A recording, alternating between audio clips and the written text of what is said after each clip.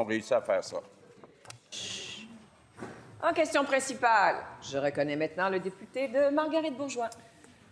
Madame la Présidente, si la population se demande à quoi ressemble un gouvernement de Québec solidaire, on en a un direct devant nous. Et il a même déposé un budget hier. Attendez.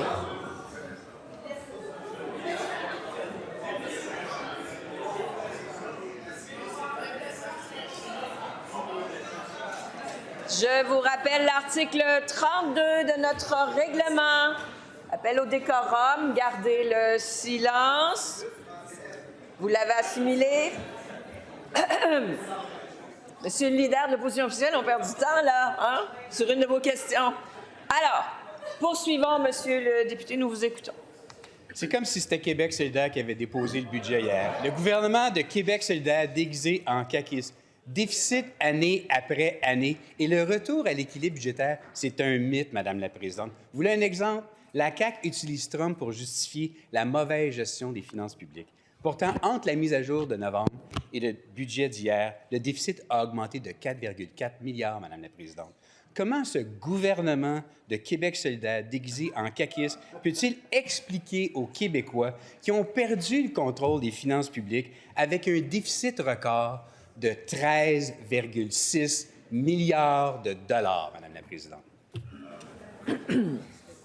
La réponse du ministre des Finances. Oui, bien, Madame la Présidente, j'aimerais clarifier quelque chose tout de suite avec l'opposition officielle, parce à la fin novembre dernier, j'ai déposé pour 24-25 prévision de déficit de 11 milliards.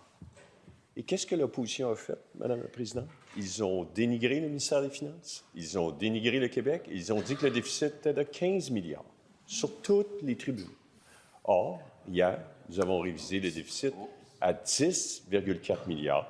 Alors, le ministère des Finances fait un travail sérieux avec des prévisions économiques centrées. C'est un travail qui est rigoureux. On va continuer à le faire. On est engagé dans la saine gestion des finances publiques et ça me fera plaisir de parler 2025-26, mais je voulais rappeler à cette Assemblée que le Parti libéral a dit sur toutes les tribunes que le déficit de 24-25 était de 15 milliards et il est de 10,4.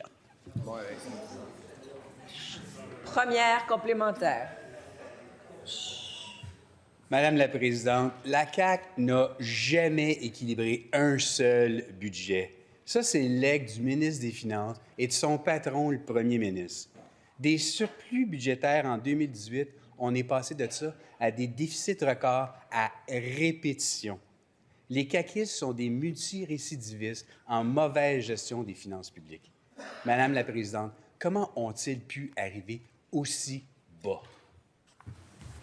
La réponse du ministre des Finances. Oui, bien, Madame la Présidente, je ne sais pas où était le critique de l'opposition, mais dois-je rappeler qu'il y a eu une pandémie? Ah, vous n'étiez pas là? OK.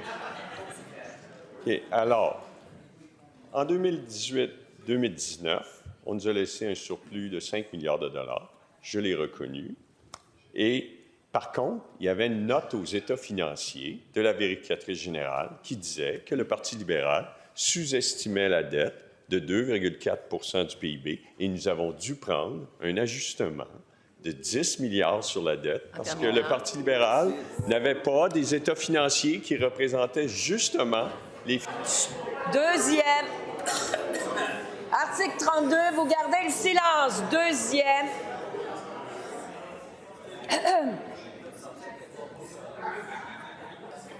Messieurs les ministres, je vous entends. Deuxième complémentaire, on vous écoute.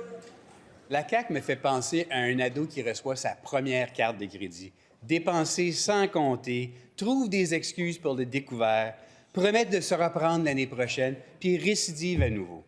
Avec la CAQ, le retour à l'équilibre budgétaire, c'est un mythe qui s'éloigne à chaque année. Madame la Présidente, comment voulez-vous que les Québécois croient en la CAQ alors qu'ils nous ont promis une saine gestion des finances publiques, mais ils nous livrent des déficits records annuellement?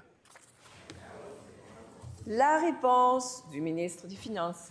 Oui, bien, Madame la Présidente, je vais être obligé de continuer. Dans la dernière campagne électorale, le Parti libéral faisait des déficits à chaque année, puis il oubliait des sommets parce que la dette n'augmentait pas. Alors, on est obligé de demander aux journalistes d'additionner les déficits puis de dire que le Parti libéral ne savait pas compter.